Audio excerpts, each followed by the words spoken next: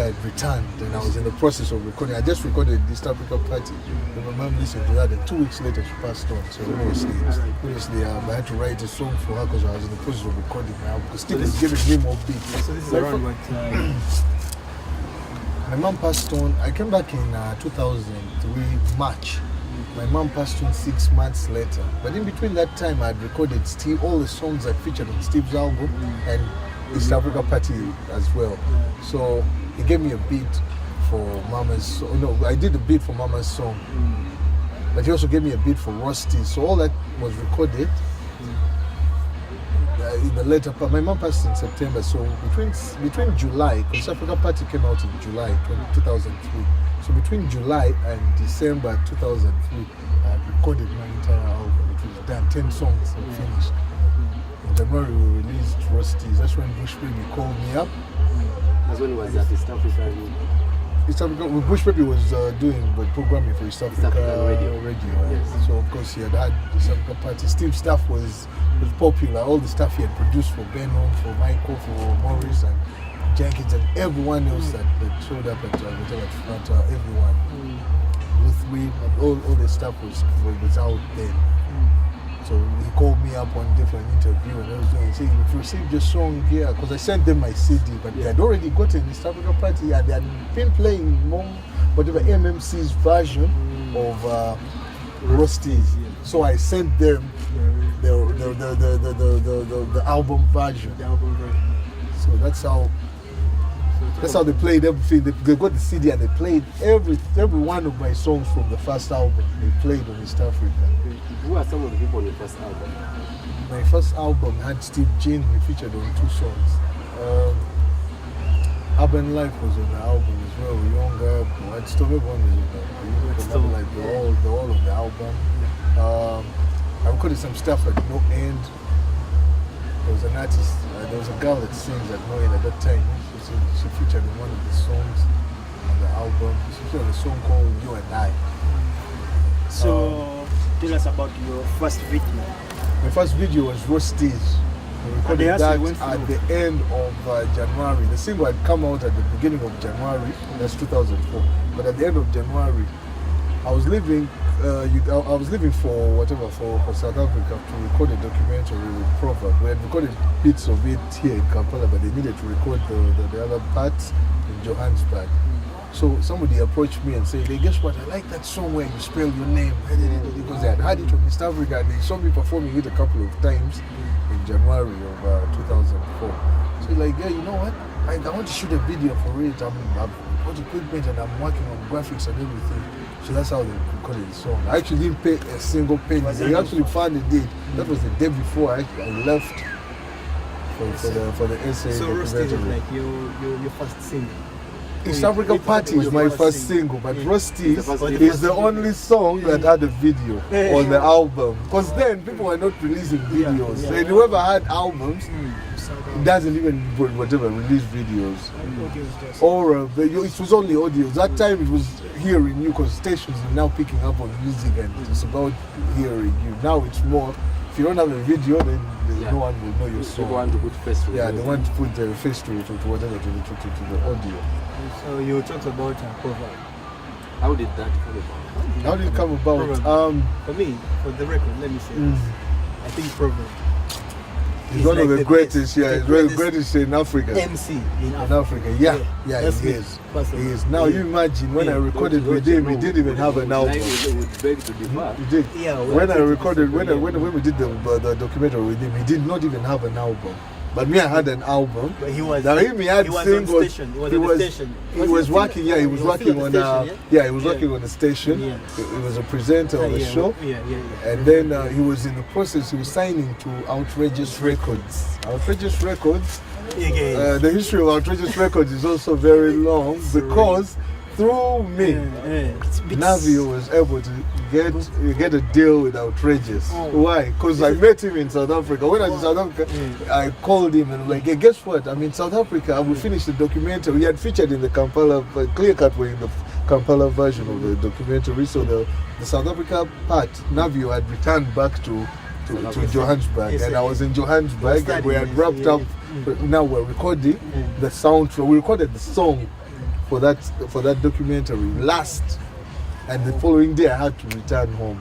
I'd spent my 3 weeks in SA and we were done with the documentary. So now you wanted to see me to say what's up because I'm in SA and he's there. Yes. Like, yo, where are you? I'm at this place called Outrageous Records. Where is it? So I asked these guys and they direct me. When they give me direction, I passed them on to Navio and he showed up. So when I was saying hello to Navio and saying bye to the people at Outrageous, Navio, I was introducing him to these guys, so I left and I left him at Outrageous. A couple of months later, Navio was signed to Outrageous. He was working with them. Why? Because when I left him, he told him who he was and everything, and he had done the hook on the song that we did with Proverb for the soundtrack. Because we didn't have anyone to do, and Navio was there, and we're like, yo, can you write a chorus quickly? Because we were all tired and I had to go back to park and leave the hotel because the next morning I had to travel back. So now he was like, cool, he wrote something quick and he recorded it. Like, how is Proverb? Proverb is dope. Me meeting Proverb was more because it was about the documentary. Now, me featuring in the documentaries, they needed someone from Uganda. Why? They had gotten like 10 individuals from South Africa. And they needed 10 individuals from all over the world to pair with each one of these individuals from SA, and because they wanted a pair for each episode of the documentary. Mine was about music.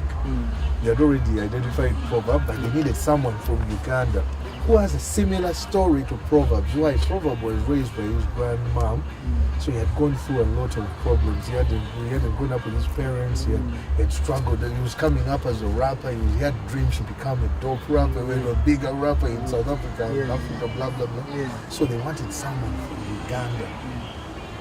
So we had to audition. There was me, Peter Miles, Benon and Vampus, Michael Rose, and another guy called Lemmy Cool. They interviewed us, and my story is what these guys chose. Why? I just lost my mom. I just released one of the biggest songs in UG and East Africa Party, and I was a rapper, and they wanted to pair a rapper with a rapper. So Benon and Vampus, Michael Rose is a different genre. So they were like, this is the guy we want. So they chose me. My audition was basically they paired me with Proverb. So like on your album, getting back to your first album, you had 10 songs. 10 songs. Which songs changed your life like? East Africa Party because everyone understood. I got the chance to diss Nonini because of East Africa Party. Why? I felt like they used to show, East Africa TV had come through and they're showing all these videos. They showed one weird video where the guy is in a bathroom, pig and do this, was showering with a badge, singing Manziwa Nairobi Katika. I thought that was the weirdest shit I'd ever seen in my whole life, plus the weirdest music I'd ever had. So I got an interview with New Vision, the magazine that comes out in the paper. I don't know if it still does. I've not been around long enough to whatever to the one that came out on Sunday? Or? It used to come out on Sunday. Yeah, they had that had lyrics in of songs. So they had an interview with me. They were like, so they asked me who is the worst person. They're like, P. Diddy is the worst rapper, but who else do you think is the worst rapper? You. And I'm like, Nonini. Why? Because in my mind, I always remember that pig and the guy in a bathtub with a girl, and I was like, no, it wasn't really. I was like, Nonini. I don't know if you got the chance to read that, but a lot of people later on got to know me. Why? Because there's a guy who said Nonini was work. Remember Nonini's song is showing? He was also starting when his song was big, but my song was bigger than his. Why? Because I didn't have a video, but my song was playing on everywhere, and I'm unknown because I'm relatively newer than him. So Gopa was already big. Like, were you able maybe to move out of Uganda to go and perform that song? East Africa Party is like the debut. Everyone's debut single is their biggest. I want to believe. It's like everyone's song that comes up first. So if your first song leaves an impact or makes a mark on whatever on the industry, then you best believe they will always get you from your first song. Rosty's was big as well. Why? Because guys saw, they had a video and guys saw me spell my name, and every time we went on tour, these kids were always spell, why? A lot of guys now are 30 plus, but back then they were in high school and they would spell my name. Like, now, I think what why? they Like, a lot of people even up to now, they just say, why? How used to do that? So it was also big. Plus the time I spent with Steve during the Steve Jean Lutheran school tour. I'm sure you guys were in high school then. We went to so many schools around, all these schools around town and outside your town. We went to all the St. Lawrence schools, we went to King's College, we went to Vienna, we went to Cambodia, we went everywhere. Why Blue 3, Steve was determined to push Blue 3. And because we were young girls at the time and they appealed to, they had just finished their senior 6. Me, I'd already graduated. So he was determined to push his girls to the point where these high school kids feel them. And they only had one song. They had 2 songs. They had Hitaji. No, not Hitaji, sorry. They had that Frisky. They had the first single, Frisky. And then Kancha Chanche, that Titi had already recorded, but she passed on to them as well. So they had 2 songs. Yes. And then Cindy, of course, had gone through the Coca-Cola competition, pop star, so she had a single that Steve has produced for her. So with me, Blue 3, Steve Jean, Mosh and what's her name? Dorothy. 2 man. No, Juliana wasn't part of that. She wasn't part of that. Juliana, by then she had not recorded. After IJ, she hadn't recorded anything until 2005. Yes. When she recorded some stuff with Steve in 7 days, and then with Mama Bobby Wine. That's when she came back. She came back on the scene. 2005. Okay, yeah. Because Bobby Wine was artist of the year, if I'm not mistaken. He was artist of the year. 6 or 5, but we messaged for one of them. Can't quite recall, but it's been a while. But so after that, you as a hip hop artist, you get into, even when you get into these other people that do other genres of music, you still kept doing hip hop in English, and it seems people appreciated what you were doing that much. So how do you move on from that first album to the second? They were actually, I mean, individuals. By then, like, remember when genre had now come to the light, Palmer Words had come out and they were putting emphasis on that, but Steve had helped us a lot. Steve, if it hadn't been for Steve, they probably wouldn't be me as the artist that you find. They would probably be lyrical, the guy that used to rap well in Bataka. The guys that say you're the guy that just rap well in Bataka. But with Steve Jean, the guy actually identified me and gave me the chance to feature on the commercial on his album, and then gave me the chance also to do my own stuff. The first tour. Exactly, and then took me on tour with him. That's why I'm forever indebted to Steve, because I believe that if it hadn't been for him, I'll probably be another rapper that was in the scene. So LG, as you were hitting the back, like in Uganda, what were your friends come to like? Who the guys you were with? What's Saba Saba? The Saba Saba and the other guy.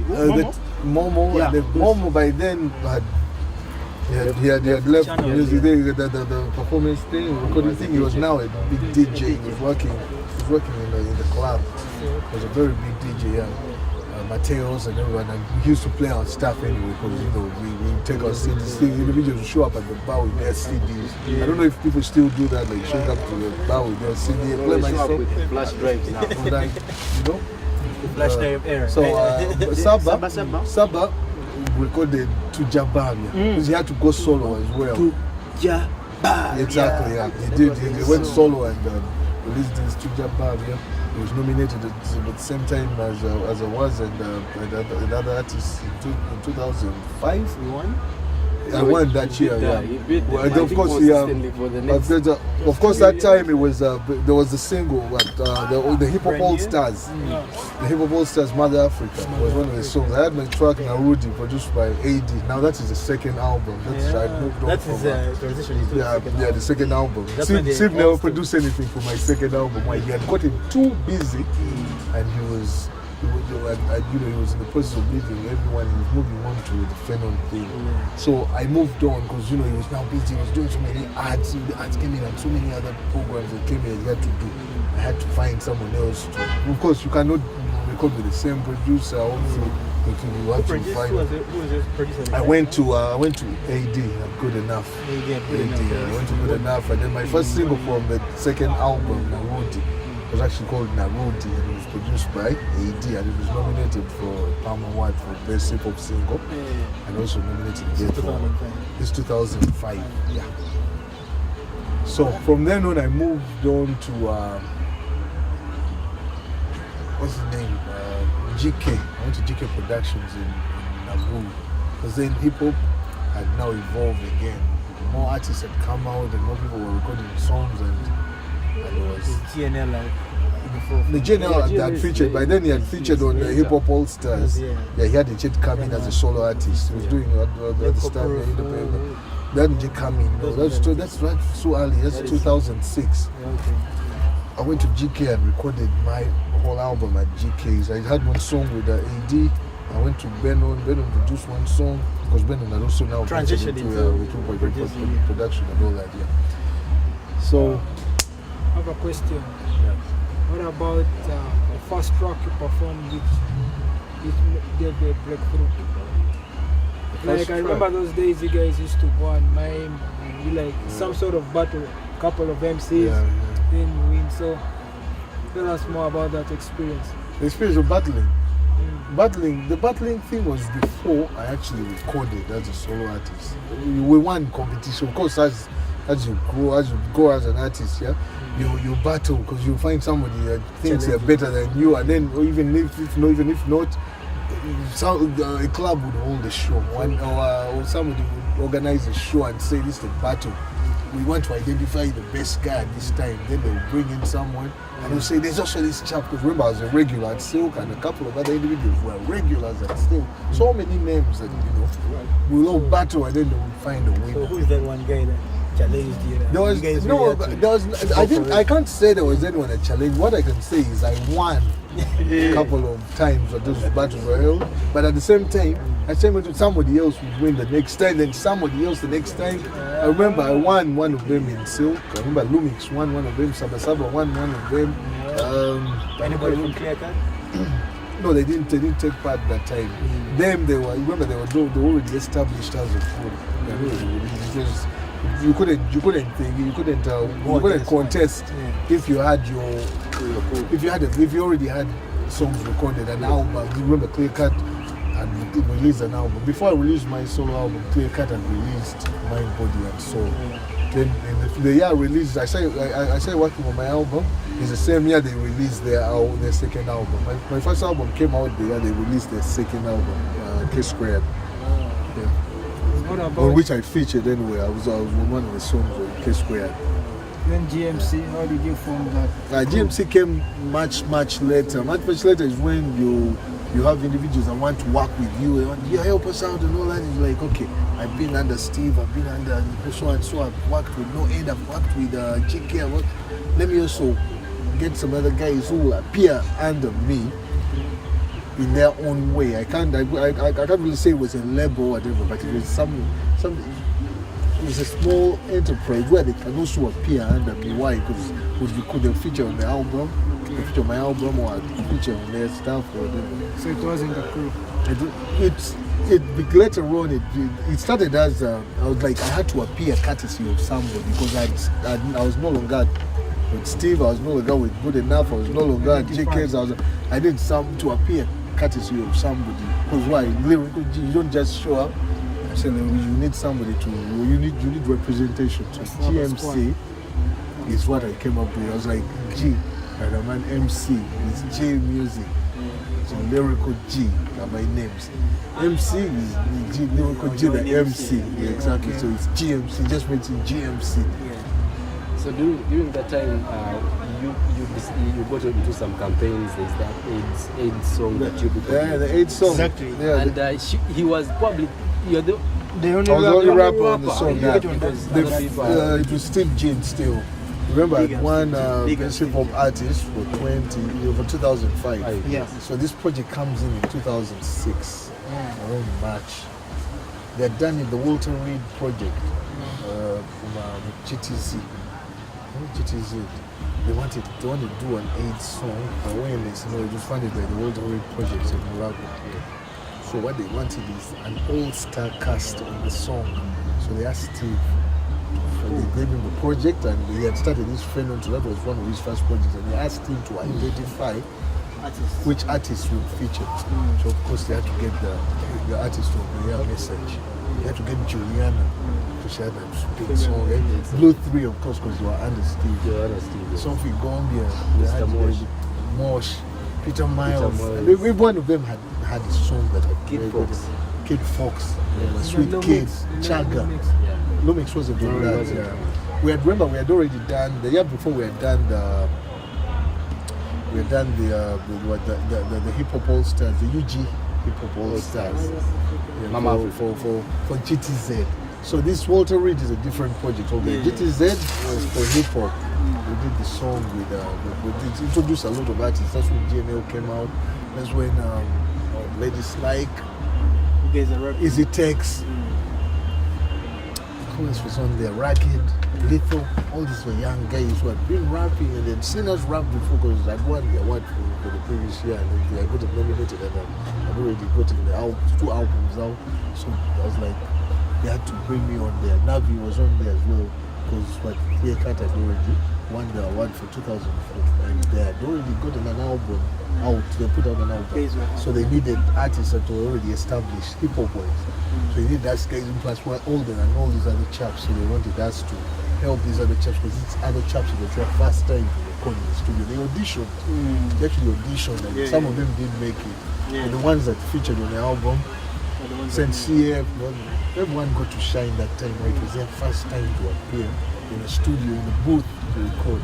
So they needed us to guide these guys and feature on some of the songs. So, because if you have a group of artists from nowhere and just put them on a song, no one will pay attention. But if you have Navi on there, and you have, say, Lyrical G on another song, and then you have Young Nick on another song, and these are guys that, you know, that they've recorded stuff before. Their stuff had played on radio to help to push the album. So it had been funded well. So what did that campaign do for you, the AIDS campaign? Because it was a huge campaign. No, there are 2 campaigns. I'm talking about, first of all, the Hip Hop All Stars. It helped to introduce new guys. Now, the one where it's me and a couple of other artists, the AIDS things, the Walter Reed project. Yes.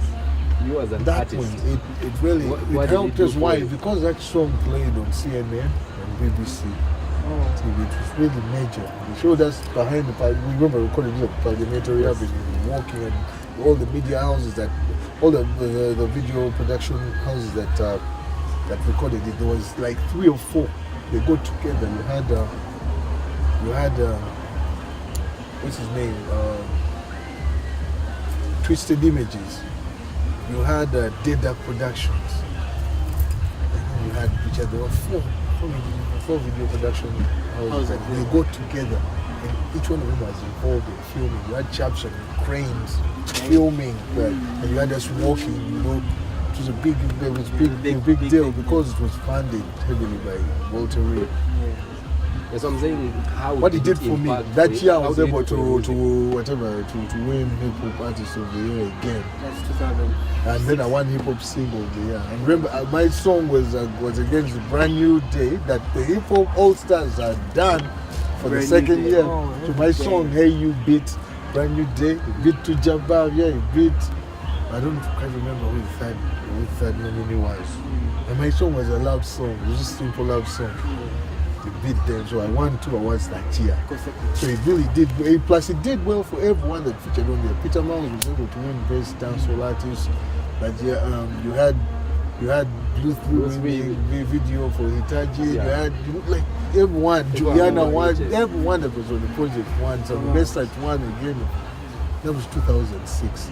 I remember the day we shot the video was the day France won. Was it Italy? Italy won the World Cup that Sunday.